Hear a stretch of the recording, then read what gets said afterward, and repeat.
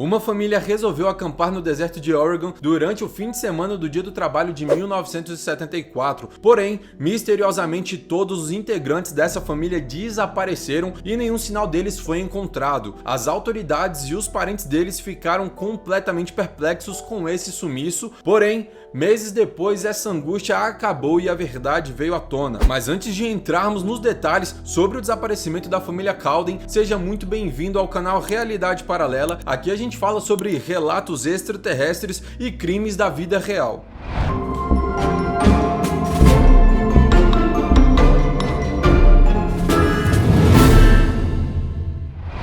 Richard Cowden era um motorista de caminhão de 28 anos de idade, casado com Belinda de 22 anos. Eles eram pais de David de 5 anos e Melissa de apenas 5 meses. No ano de 1974, o fim de semana do Dia do Trabalho caiu entre 30 de agosto e 1º de setembro e Richard planejou colocar cascalho na entrada de sua casa. Porém, o caminhão que ele iria usar para transportar todo o cascalho quebrou inesperadamente, fazendo com que ele cancelasse os seus planos. Com isso, ele e toda a sua família decidiram fazer uma viagem às montanhas Siskiyou para acampar. Eles já conheciam aquele acampamento. A família chegou lá exatamente no dia 30 de agosto e na manhã seguinte, 1º de setembro, aproximadamente às 9 horas, Richard e David caminharam até uma loja próxima para comprar leite e posteriormente partiram de volta ao acampamento. Esta então seria a última vez que qualquer membro da família Cowden seria visto com vida.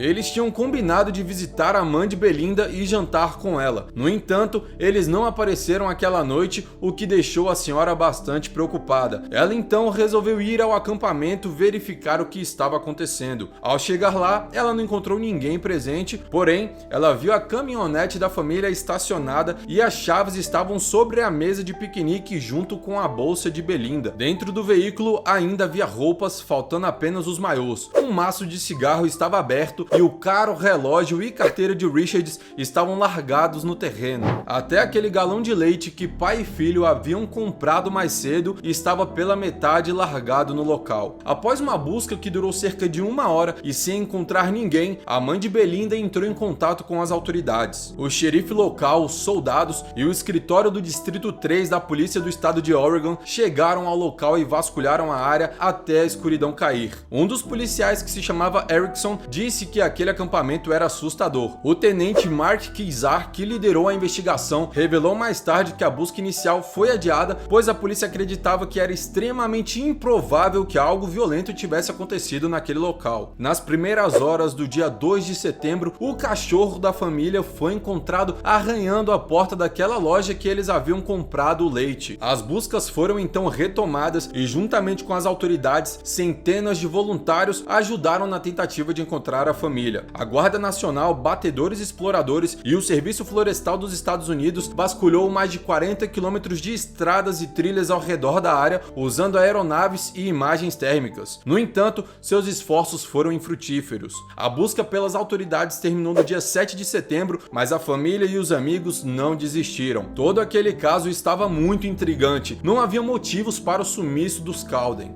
Pensar em roubo parecia improvável, pois as carteiras e os pertences deles foram abandonados no local. A hipótese de um sequestro também parecia difícil, pois ali não havia sinais de luta. As autoridades então conduziram centenas de entrevistas e ofereceram uma recompensa de $2.000 por qualquer informação que levasse a pistas sobre o paradeiro da família. Com a temporada de caça se aproximando, a irmã de Richard escreveu a um jornal para que ele publicasse a seguinte mensagem, abre aspas: "Fiquem alertas a qualquer coisa que possa estar conectada a um homem, a uma mulher, uma criança de 5 anos ou um bebê de 5 meses. Nós realmente apreciaremos qualquer pista ou ajuda que algum caçador possa encontrar", fecha aspas. Apesar de uma petição do público pedindo ao FBI para investigar o desaparecimento, ela foi rejeitada. As autoridades alegaram que simplesmente não havia evidências que sugerissem que a família havia sido sequestrada ou havia sofrido algum dano. Já em Washington, na mesma época, época, 8 mulheres estavam desaparecidas e a polícia tentou fazer algum tipo de conexão com o desaparecimento da família, mas na verdade seria provado que essas mulheres estavam ligadas ao criminoso Ted Bundy. Para quem não sabe, esse cara fez mais de 20 vítimas fatais ao longo de sua trajetória de crimes. Voltando para o caso dos Cowden, em 12 de abril de 1975, 7 meses depois do desaparecimento misterioso, a verdade sobre o que aconteceu com eles finalmente foi descoberta.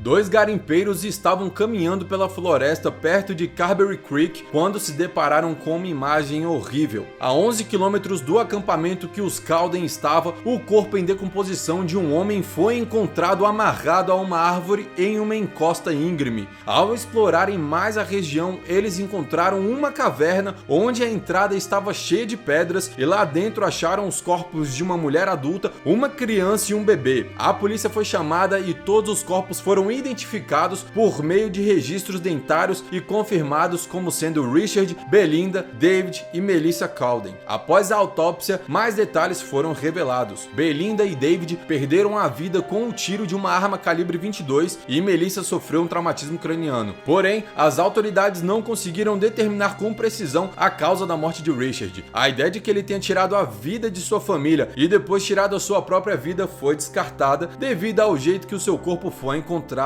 O tenente, que já falei anteriormente e que investigava o caso, disse, abre aspas, toda a natureza da coisa cheira de uma forma esquisita, fecha aspas. Ele também informou que a polícia tinha mais informações, mas não quis compartilhá-las na época. Mas o que se acredita é que depois de pai e filho comprarem um leite na loja, a família foi nadar e possivelmente foi sequestrada sob a mira de uma arma antes do meio-dia. Daí surge a explicação de não ter ocorrido uma luta corporal no local do acampamento e tudo ainda estar do mesmo jeito que eles haviam deixado. Provavelmente, sobre a mira da arma, a família foi levada ainda mais para cima da colina íngreme, sendo a mãe e os 2 filhos baleados. E como eu já falei, não há uma explicação exata sobre o que aconteceu com o pai. Realizando mais entrevistas com foco naqueles que estiveram no acampamento no dia 1º de setembro, uma família de Los Angeles que caminhava pelo local testemunhou 2 homens e uma mulher parados em uma caminhonete nas proximidades. A família californiana lembrou, abre aspas, eles agiram como se estivessem esperando que partíssemos e francamente nos deixaram nervosos, então seguimos em frente, fecha aspas. O tenente acreditava firmemente que o autor daquele crime conhecia bem a área e sabia a localização da caverna. Passados mais alguns meses, a polícia finalmente tinha um suspeito, Duane Lee Little, que era residente no condado e tinha 25 anos na época. 3 meses antes do desaparecimento dos Cowdens, em 24 de maio, ele havia recebido liberdade condicional da penitenciária estadual de Oregon. Duane havia sido acusado e condenado pelo estupro e assassinato de Orla Faye Phipps, de 15 anos em 1964. As autoridades determinaram que Little estivera em Cooper durante o fim de semana do Dia do Trabalho de 1974, justamente quando a família Cowden desapareceu. A namorada dele, inclusive, contou à polícia que tinha visto Duane com uma arma calibre 22 durante a época. Em janeiro de 1975, sua liberdade condicional foi revogada e ele voltou para a prisão. Porém, em abril de 1977, ele ganhou a liberdade condicional mais uma vez, mas durante a sua liberdade ele abusou e espancou uma mulher que estava grávida, chamada Margie Hunter, de 23 anos, cujo carro havia quebrado perto de Portland. Felizmente, ela e seu filho sobreviveram. Duane Lee, então, foi condenado por tentativa de homicídio e foi sentenciado a 3 sentenças consecutivas de prisão perpétua. Ele nunca cooperou quando se tratava de fazer algum tratamento de saúde mental e se recusou a falar sobre os crimes de que era acusado. Especula-se que a mulher e os 2 homens vistos na caminhonete que eu falei anteriormente, denunciada pela família californiana, era a mãe de Duane e o seu pai. A caminhonete deles correspondia à descrição dada à polícia, mas eles negaram qualquer envolvimento com os desaparecimentos. Um mineiro que morava em uma cabana próxima ao riacho afirmou que Duane e seus pais passaram por lá na segunda-feira, dia 2 de setembro, e assinaram um livro de visitas. Mais tarde, um presidiário que dividia a cela com ele alegou que ele havia confessado os crimes contra a família Cowden. Apesar dessas evidências circunstanciais, ele nunca foi acusado do crime. Alguns meses se passaram e infelizmente o pai de Richard cometeu suicídio. homicídio. E embora isso possa parecer suspeito para alguns, ele foi inocentado de qualquer envolvimento na morte de seu filho, nora e netos, e provavelmente ele fez isso por não aguentar mais viver sem os seus entes queridos. Por fim, esse crime contra a família Cowden foi descrito como um dos mistérios mais assombrosos e desconcertantes do Oregon. Mais de 40 anos se passaram depois do acontecido e as autoridades, apesar das provas contra Duane, não tiveram uma conclusão para todo este caso.